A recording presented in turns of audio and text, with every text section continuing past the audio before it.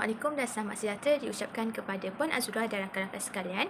Kami dari Kumpulan 4 akan menceritakan sedikit tentang hasil temubual kami bersama Kak Bella yang mengalami panic disorder. Kami akan menceritakan dari segi latar belakang Kak Bella sendiri, punca, kesan, kaedah atau cara mengatasi, rawatan dan lain-lain lagi. Saya Farah Wahidah binti Muhammad Zain, nombor matriks 2795574, akan menceritakan sedikit mengenai proses menemubual Kak Bella. Pada 19 Disember 2022, kami berenam telah menjalankan sebuah sesi temubual bersama Kak Bella, seorang pesakit yang mempunyai gangguan panik iaitu panic disorder. Sesi temubual ini telah dikendalikan secara atas talian menerusi Google Meet dan tempoh masa bagi sesi temubual ini adalah dalam sekitar 60 minit. Kita teruskan lagi dengan biodata Kak Bella. Berkaitan dengan latar belakang Kak Bella pula, nama diberi Nur Hafizah binti Ibrahim dan telah berusia 39 tahun. Kak Bella sudah mendirikan rumah tangga dan telah memiliki 2 orang cahaya mata perempuan berusia 11 tahun dan 7 tahun. Kak Bella menetap di Pulau Pinang dan merupakan seorang suri rumah tangga sepenuh masa setelah berhenti kerja sebelum negara kita dilanda COVID-19. Kita dah tahu mengenai biodata dan latar belakang Kak Bella sendiri dan kita juga tahu bahawa Kak Bella merupakan salah seorang yang mengalami panic disorder. Tapi adakah kita betul-betul tahu apakah definisi panic disorder itu sendiri? Justru itu, apakah yang dimaksudkan dengan gangguan panik atau panic disorder? Gangguan panik ini ialah merupakan satu serangan ketakutan yang kuat dalam pada masa yang sangat singkat yang turut disertai dengan gejala-gejala tertentu secara spontan dan secara tiba-tiba. Gangguan panik ini akan terjadi pada bila-bila masa sahaja sepanjang hidup, biasanya sekitar umur 20 tahun dan ke atas, dengan perasaan serangan cemas secara tiba-tiba, sesak nafas, disertai dengan perasaan akan datangnya bahaya, serta ketakutan akan kehilangan kawalan atau menjadi gila. Kak Bella mengalami gangguan panik untuk sosial di mana gaya hidup yang terdahulu yang lebih aktif membuatkan dirinya mengalami gangguan panik. Kalau dahulu Kak Bella lebih bersosial dan mudah bergaul dengan orang ramai, malahan lebih aktif di luar rumah seperti pergi hiking, pergi gym, kini Kak Bella lebih suka menyendiri, tidak gemar bergaul dengan orang ramai, malahan lebih suka duduk di rumah. Salam sejahtera, jadi saya Angela Celia. Saya akan menerangkan berkaitan punca berlakunya panic attack ataupun kecelaruan panik yang dialami oleh Kak Bella. Jadi apa yang kita dapat tahu adalah panic attack yang dialami oleh Kak Bella ini bermula sejak berlakunya pandemik COVID-19 iaitu beberapa tahun yang lepas. Hal ini demikian kerana menurut informasi yang kita dapat secara langsung daripada Kak Bella, beliau merupakan seseorang yang sangat aktif. Sebelum berlakunya PKP, beliau bekerja dan sering bertemu dengan orang dan berkomunikasi dengan orang lain, dan beliau sangat aktif melakukan aktiviti-aktiviti lain seperti bersukan, berekreasi, pergi gym. Jadi semasa berlakunya PKP pada pandemik COVID-19, kehidupan beliau totally berubah, di mana beliau terpaksa tinggal di dalam rumah seharian untuk tempoh yang lama. Dan dalam masa yang sama juga, pada ketika itu beliau telah berhenti kerja. Jadi sepanjang PKP tersebut, kehidupan Kak Bella yang sebelum ini lebih terdedah kepada pergerakan luar totally berubah, yang mana beliau hanya duduk di rumah dan menghadap anak-anak yang belajar secara online. Lepas tu Kak Bella juga seperti masyarakat yang lain, iaitu mengalami perasaan takut akan mati akibat COVID-19 yang melanda ketika itu. Jadi Kak Bella merasakan kehidupan pada ketika itu menyebabkan dia menjadi kurang motivasi, dan kehidupan pada ketika itu juga terlalu dipengaruhi ataupun lebih kepada sosial media semata-mata. Seterusnya, Kak Bella mula menyadari sesuatu yang tak kena dengan dirinya selepas habisnya PKP, yang mana kehidupan kembali kepada normal. Iaitu Kak Bella cuba untuk lakukan aktiviti-aktiviti yang seperti dahulunya sering dia lakukan. Namun setelah melakukan aktiviti-aktiviti tersebut, beliau merasakan satu kelainan yang beliau rasa menyebabkan aktiviti yang dia lakukan terbatas. Yang mana ini dia lakukan, tetapi pada ketika itu tidak dapat lagi dilakukan. Contohnya ketika beliau tak bersenam, beliau mula merasakan sesak nafas, dan itu adalah simptom pertama yang berlaku, yang pada ketika itu Kak Bella belum menyadari bahawa beliau menghidap panic attack. Bukan itu sahaja, menurut Kak Bella, panic attack yang dialaminya juga mungkin disebabkan oleh beliau yang tidak mampu nak kawal ataupun handle tekanan yang dialami oleh beliau. Menurut beliau, ini lebih kepada mindset, yang mana Kak Bella mengakui bahawa dia sukar untuk menjadi seorang yang berfikir positif. Jadi begitulah punca panic attack yang dapat kami kenal pasti yang berlaku kepada Kak Bella. Berdasarkan temu ramai itu juga, kami dapat mengenal pasti tiga kesan utama panic attack yang dialami oleh Kak Bella, iaitu dari segi kewangan, kekeluargaan dan juga sosial. Untuk kewangan, menurut Kak Bella, sekiranya kita normal, apabila kita melakukan kerja, kita boleh perform. Namun setelah beliau mengalami panic attack, banyak perkara yang beliau tidak dapat lakukan. Contohnya, Kak Bella mempunyai bisnes online. Namun bisnes online ini mengharuskan kita lebih banyak kepada social media dan memerlukan kita untuk lebih banyak untuk menghadap handphone. Namun panic attack yang dialami oleh beliau menyebabkan beliau susah untuk menghadap telefon untuk jangka masa yang lama. Jadi secara tidak langsung Kak Bella tidak mampu lagi untuk melakukan bisnes online tersebut. Dekat sini kita dapat lihat dengan jelas bahawa ianya mengganggu punca pendapatan Kak Bella. Namun demikian, Kak Bella merasa bersyukur kerana suaminya bekerja jadi dapat menampung pendapatan keluarganya. Seterusnya dari segi kekeluargaan, Kak Bella mengatakan panic attack ini menyebabkan dia tidak dapat fokus kepada anak-anak ataupun memberi perhatian yang seharusnya kepada anak-anak. Contohnya ketika anak-anaknya belajar, beliau tak mampu untuk mengajar anak-anaknya seperti lazimnya yang dilakukan oleh ibu-ibu yang lain. Bukan itu saja, panic attack ini juga mengehatkan hubungannya bersama dengan suami, termasuklah dari segi melakukan hubungan suami isteri ataupun pekerjaan rumah. Namun demikian, suami Kak Bella ini merupakan seorang yang sangat faham dan tidak pernah terasa hati. Hal ini demikian kerana Kak Bella sering merasakan beliau tidak dapat ataupun tidak bersedia untuk melakukan apa-apa. Seterusnya, dari segi sosial, seperti yang dinyatakan sebelum-sebelum ini, Kak Bella merupakan seorang yang sangat aktif untuk berada, bersukan dan sebagainya.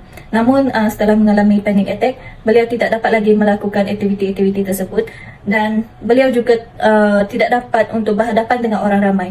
Malah Kak Bella juga sering menolak ajakan kawan-kawannya untuk keluar rumah, berjalan-jalan ataupun membeli belah.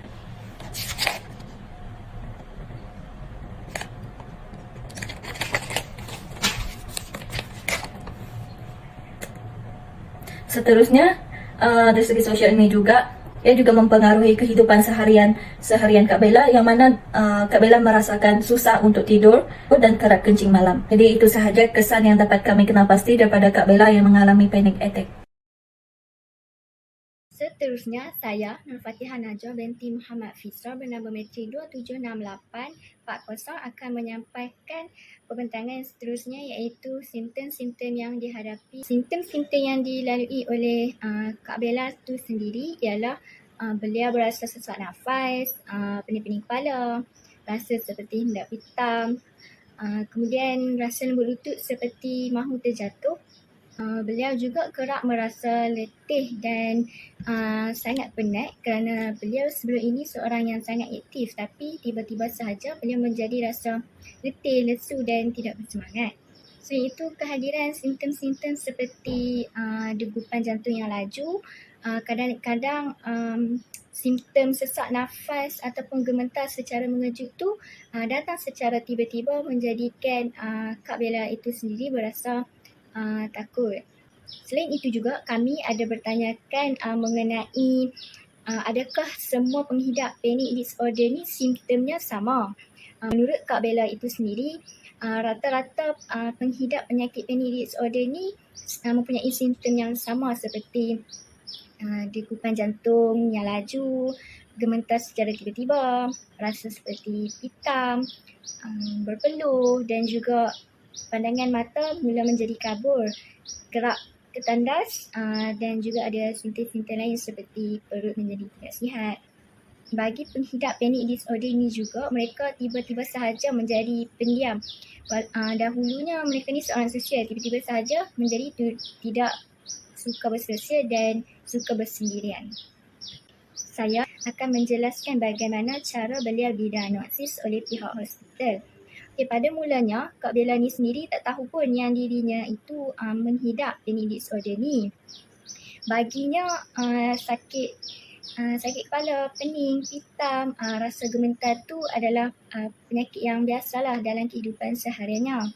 Tetapi lama-kelamaan apabila simptom-simptom ni menjadi semakin menjadi-jadi, beliau pun memutuskan untuk berjumpa dengan doktor lah untuk membuat pemeriksaan kesihatan. Tetapi hampir kesemua pemeriksaan yang dilakukan termasuklah beliau ada juga memberitahu bahawa dia ada buat ujian MRI, CT scan, X-ray, tetapi tidak dapat mengesan penyakit yang dihadapi oleh dirinya. Setiap kali perasaan gemuruh dan gemetar itu datang, Kak Bella hanya memakan ubat penenang sahaja untuk menenangkan dirinya sendirilah. Dalam tidak sedar yang beliau ini ada penyakit panic disorder ni, simptom-simptom yang tadi tu menjadi lebih teruk lagi apabila beliau sedar yang dirinya itu tidak boleh lagi membawa kereta kerana setiap kali sahaja cuba untuk bawa kereta tu, perasaan gemuruh, takut semua akan datang menyelubungi dirinya. Jadi di sini beliau membuat keputusan lah untuk berjumpa dengan doktor.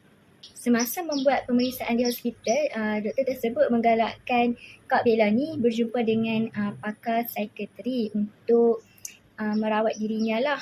Mana tahu jika ada penyakit mental yang dihadapi oleh dirinya. Pada awalnya enggan untuk ke pakar psikiatris ni kerana orang akan anggap dirinya ada penyakit mental jika berjumpa dengan pakar psikiatris ni. Tetapi disebabkan tidak boleh bertahan dengan apa yang terjadi kat atas dirinya, beliau pun berjumpa dengan pakar psikiatris. Menurut pakar psikiatris tersebut, simptom-simptom yang diceritakan oleh Kak Bella ni sendiri menjelaskan bahawa diri Kak Bella itu sendiri menghadapi panic disorder. Kata Kak Bella, walaupun kamu sihat, tidak sakit, tetapi kamu perlu terimanya yang kamu itu ada serangan panik ke atas diri sendiri. Di sini apa yang kami dapat simpulkan adalah Kak Bella ni dapat mengetahui dan disahkan ada penyakit panic disorder ni setelah berjumpa dengan pakar psikiatri di hospital. Sekian, terima kasih. Saya Nurhanani binti Muhammad Razi, nombor matrik 277576. Saya akan menerangkan berkaitan kaedah rawatan yang diterima oleh penghidap panic disorder ini, iaitu melalui pengambilan ubat-ubatan. Antara ubat yang diambil oleh Kak Bella ialah Lizapro. Ubat ini tergolong dalam kelas antidepresan yang dipanggil Selective Serotonin Reuptake Inhibitor SSRI bagi merawat kebimbangan dan juga kemurungan. Kak Bella telah mengambil ubat ini sejak 4 bulan yang lalu setelah mendapat saranan daripada doktor. Pemakanan ubat ini adalah perlu dimakan setiap hari sebiji dan boleh dimakan pada bila-bila masa sahaja. Menurut Kak Bella, beliau akan memakan ubat ini ketika waktu malam. Pengambilan ubat ini pada waktu malam adalah disebabkan ubat ini akan memberikan kesan sampingan kepadanya seperti mengantuk, mulut kering, kebimbangan, sakit kepala, letih dan sebagainya. Selain itu, pihak doktor juga ada memberikan ubat alprazolam. Penggunaan ubat ini adalah untuk mengurangkan kebimbangan ataupun panik. Alprazolam adalah sejenis benzodiazepin, juga dikenali sebagai penenang di mana ia akan bertindak ke atas bahan-bahan kimia di dalam otak. Ubat ini diambil apabila perlu sahaja. Malahan, ubat ini juga akan memberikan kesan sampingan seperti mengantuk, sakit kepala, penglihatan kabur dan hipotensi.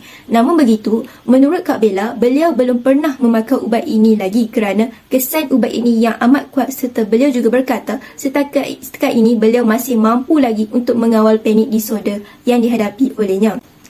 Seterusnya, Kak Bella juga ada melakukan rawatan kognitif hipnoterapi. Pendekatan rawatan ini adalah gabungan daripada terapi tingkah laku kognitif, CBT dan hipnosis. Rawatan ini membantu penghidap dengan cara mengubah cara mereka berfikir serta berkelakuan dengan cara yang lebih positif.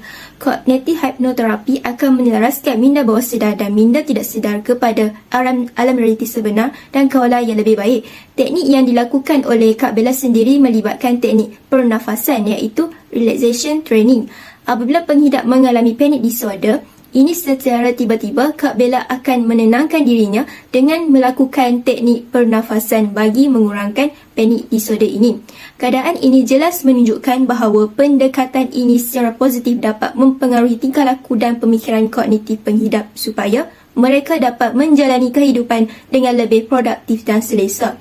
Hai, Assalamualaikum warahmatullahi wabarakatuh. Nama saya Nurul Hidayah binti Zakaria, bernombor matrik 276902. Saya akan menerangkan dengan lebih lanjut tentang kaedah atau cara atasi panic disorder. Selain daripada mendapatkan rawatan dari pihak hospital, Kak Bella iaitu individu yang kami temubual juga menggunakan alternatif lain untuk mengatasi masalah tersebut. Antaranya, Kak Bella memberitahu bahawa dia tidak menggunakan media sosial seperti Facebook, Instagram, TikTok dan sebagainya selama sebulan. Hal ini kerana apabila Kak Bella sering melihat media sosial dan sebagainya, Kak Bella akan lebih berasa tertekan dan mudah untuk terkena serangan panic disorder. Jadi apabila dia diaktif media sosial, Kak Bella berasa lebih tenang. Selain itu, Kak Bella juga berjaya mengubah gaya hidupnya ke arah yang lebih baik dan positif. Kak Bella memberitahu sebelum ini bahawa dia sering mengalami kesukaran untuk tidur akibat daripada panic disorder. Kualiti tidurnya juga menjadi semakin merosot kerana dia sering tidur lewat. Jadi, Kak Bella cuba untuk memperbaiki kualiti tidurnya dengan tidur pada awal waktu. Sebagai contoh, Kak Bella memberitahu bahawa dia akan tidur pada pukul 10 malam setiap hari. Hal ini kerana Kak Bella menyatakan bahawa orang yang mengalami panic disorder memerlukan rehat yang secukupnya. Seterusnya, Kak Bella juga mengamalkan pemakanan yang seimbang dan memastikan agar makan pada waktu yang betul. Hasil daripada temu bual, Kak Bella memberitahu bahawa dia akan menjaga waktu makannya iaitu sebelum pukul 8 malam adalah waktu terakhir untuk dia menjamu selera. Sekiranya dia makan pada waktu yang lewat atau lebih daripada pukul 8 malam, perutnya akan menjadi tidak selesa. Hal ini akan meningkatkan risiko untuk terkena serangan panic disorder. Kak Bella juga tidak makan makanan yang berangin atau berasid seperti teh, kopi, laksa, pulut dan lain-lain lagi makanan kerana ia akan cenderung untuk terkena serangan panic disorder kerana ia akan meningkatkan asid di dalam perutnya. Kak Bella juga mengamalkan vitamin C, prebiotik dan detox bagi memastikan perutnya lebih selesa dan melancarkan sistem penghadaman. Akhir sekali, Kak Bella memberitahu bahawa dia akan menggunakan teknik grounding apabila diserang panic disorder. Teknik grounding ini memerlukan objek yang nyata untuk kita berpaut seperti orang, meja, tiang, sofa dan sebagainya. Oleh itu, Kak Bella akan memeluk anaknya atau meminjak tanah ketika diserang panic disorder. Teknik ini amat membantu Kak Bella untuk sedar dan kurangkan rasa takut. Berkaitan dengan teori pula, berdasarkan penceritaan menerusi pengalaman Kak Bella sendiri sewaktu menghadapi panic disorder, teori yang boleh diaplikasikan adalah teori psikoanalisis yang telah diasaskan oleh Sigmund Freud. Menerusi teori psikoanalisis ini, kita boleh lihat bagaimana Kak Bella dia mengawal dan mengurangkan kebimbangan mengenai panic disorder dengan memutarbalikkan realiti melalui pelbagai cara iaitu menerusi mekanisme bela diri. Terdapat dua mekanisme bela diri yang telah digunakan oleh Kak Bella. Yang pertama ialah sublimasi dan yang kedua adalah penafian. Maksud bagi sublimasi adalah satu bentuk pindah gantian yang berunsur seksual apabila desakan seksual itu telah dialihkan ke arah tindakan yang lebih berbentuk sosial, bermanfaat serta kreatif. Sebagai contoh, Kak Bella melakukan perubahan daripada aktiviti yang sering dilakukan dahulu yang lebih berunsur lasak seperti hiking dan gym kepada aktiviti ringan yang tidak memerlukan banyak pergerakan dan boleh dilakukan setempat.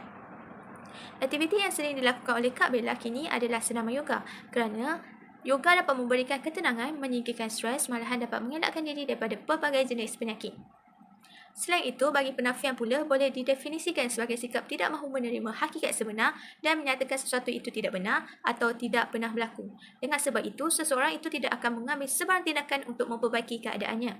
Contohnya, suatu Kak Bella mendapati dia mengalami panic disorder, dia tidak boleh menerima kenyataan tersebut kerana dia tahu dirinya sihat. Dan apabila telah diterangkan dengan lebih terperinci oleh doktor bahawa gangguan panik ini boleh dialami oleh sesiapa sahaja tanpa mengira umur, ia membuatkan dia lebih terbuka hati untuk menerima bahawa dia adalah salah seorang yang mengalami panic disorder. Assalamualaikum dan selamat sejahtera. Nama saya Siti Nazira binti Azni. Nombor WhatsApp saya 278703.